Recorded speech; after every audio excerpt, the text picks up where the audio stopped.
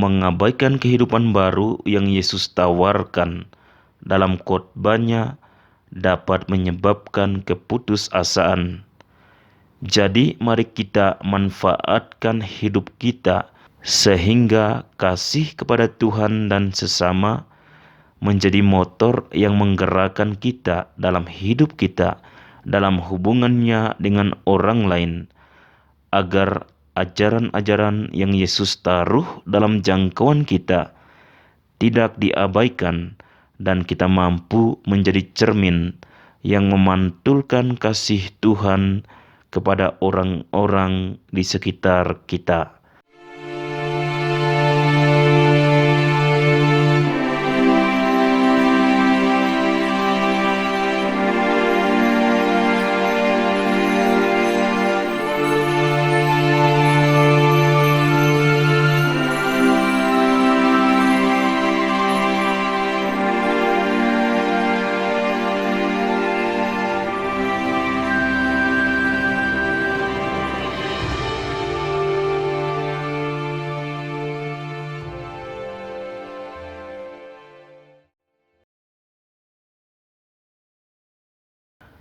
Selamat pagi saudara dan saudariku yang terkasih di dalam Tuhan kita Yesus Kristus.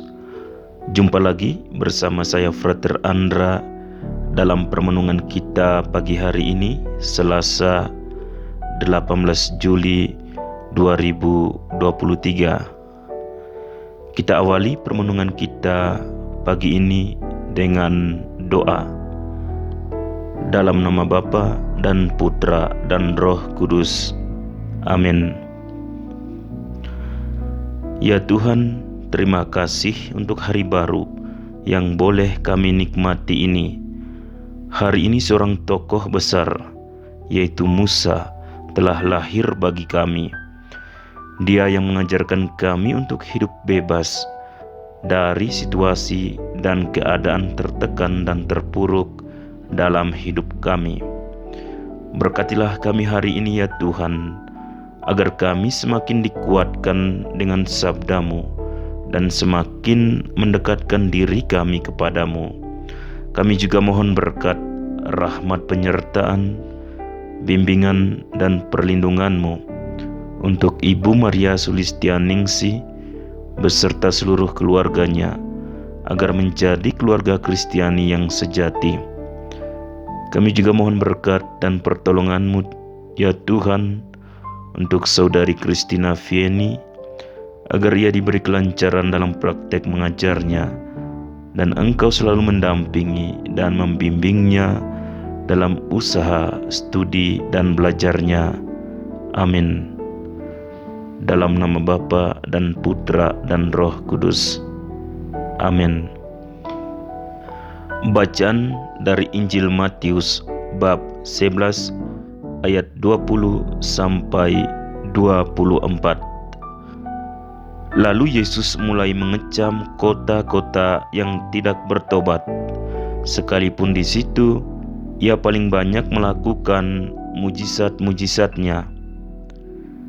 Celakalah engkau Korazim, celakalah engkau Betsaida, karena jika di Tirus dan di Sidon terjadi mujizat-mujizat yang telah terjadi di tengah-tengah kamu, sudah lama mereka bertobat dan berkabung.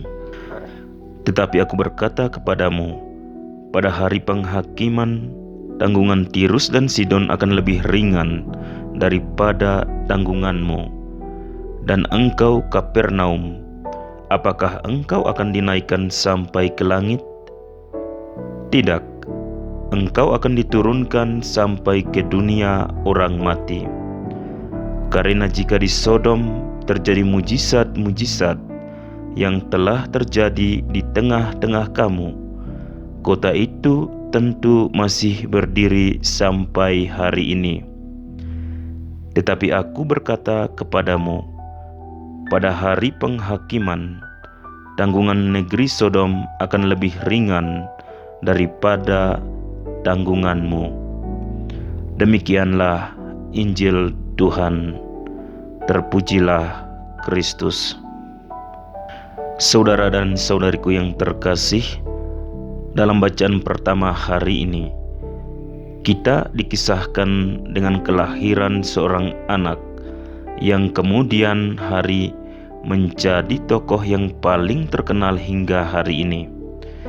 Dia adalah Musa, sebab ia telah ditarik dari air.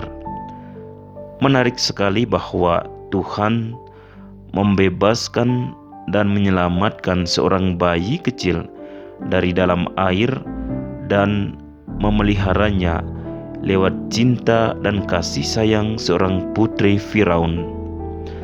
Bayi ini kemudian menjadi besar dan mulai menyadari bahwa ada sesuatu yang perlu dia lakukan untuk bangsanya.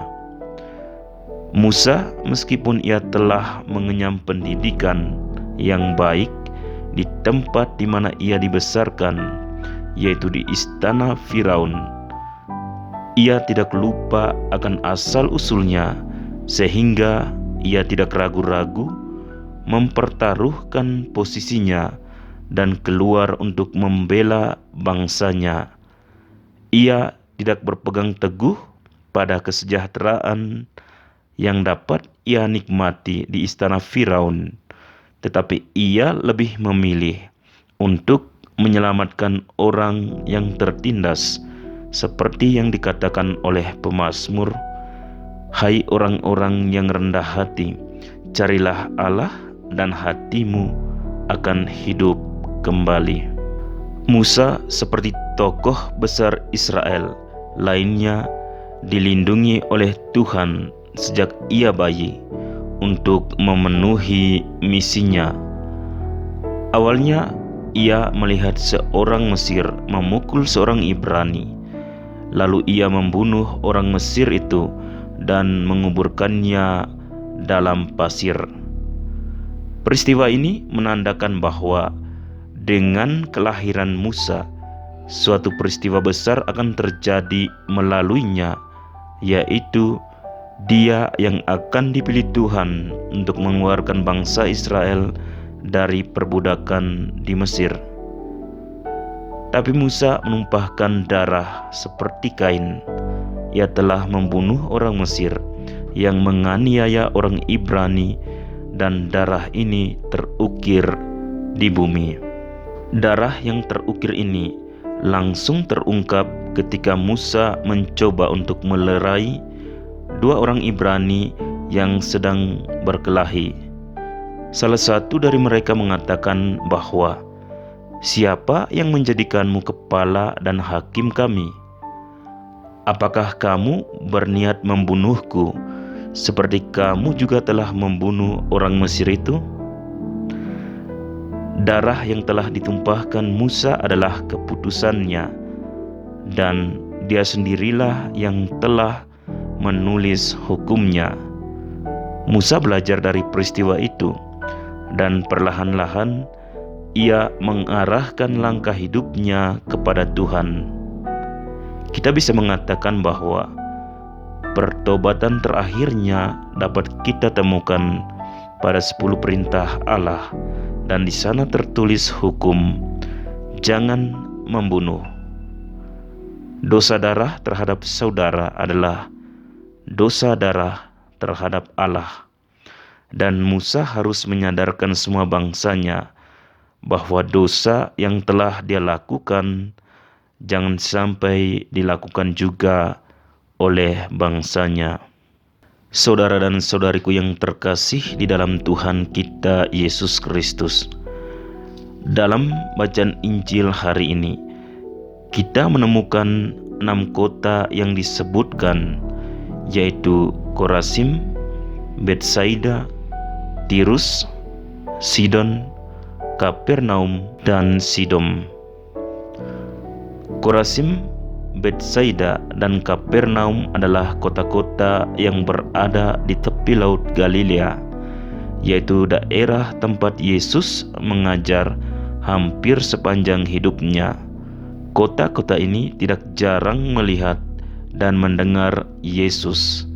Kemudian Yesus mengutip Tirus dan Sidon, karena mereka adalah dua kota yang telah diperingatkan dan ditegur dengan keras di Israel kuno oleh para nabi, karena mereka adalah kota-kota pelacur, yaitu kota-kota yang menyembah dewa yang menampakkan diri kepada mereka kecuali Yahweh. Para nabi Israel, terutama Yesaya, telah memperingatkan kota-kota tersebut agar mereka bertobat.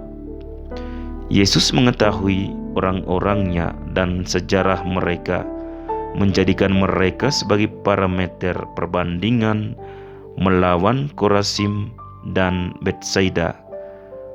Mereka telah mendengarkan seseorang yang lebih besar dari para nabi. Mereka telah mendengar firman Tuhan dan mereka telah melihat tindakan Tuhan, tetapi terlepas dari segalanya, mereka tidak percaya. Yesus secara terbuka mengecam kota-kota ini karena kurangnya pertobatan mereka. Masalahnya di balik fakta itu terdapat pada ketidaksadaran penduduk kota-kota tersebut mengenai sikap mereka. Mereka tidak mampu melihat dalam sabda Yesus, sabda Allah, maupun dalam tindakan Yesus, tindakan Allah. Mereka tidak dapat melihat bahwa tindakan dan perkataan Yesus yang berpihak pada manusia adalah tindakan Allah. Bagi orang Yahudi, kekudusan Tuhan tidak bisa bercampur dengan dosa manusia. Inilah yang menghalangi mereka untuk melihat Tuhan sendiri di dalam Yesus. Berbanding terbalik dengan kasus Musa yang kita temukan dalam bacaan pertama, justru kebalikan dari kota-kota tersebut.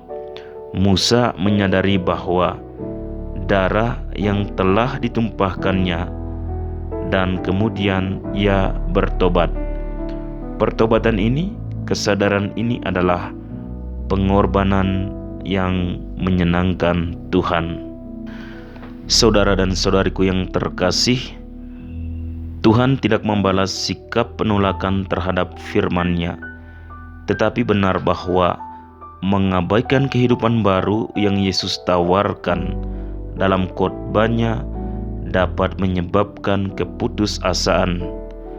Jadi mari kita manfaatkan hidup kita sehingga kasih kepada Tuhan dan sesama menjadi motor yang menggerakkan kita dalam hidup kita, dalam hubungannya dengan orang lain, agar ajaran-ajaran yang Yesus taruh dalam jangkauan kita tidak diabaikan dan kita mampu menjadi cermin yang memantulkan kasih Tuhan kepada orang-orang di sekitar kita. Tuhan memberkati kita semua. Amin. Marilah berdoa. Bapa yang kudus, Yesus telah bersabda kepada kami, "Tuaian memang banyak tetapi pekerja sedikit.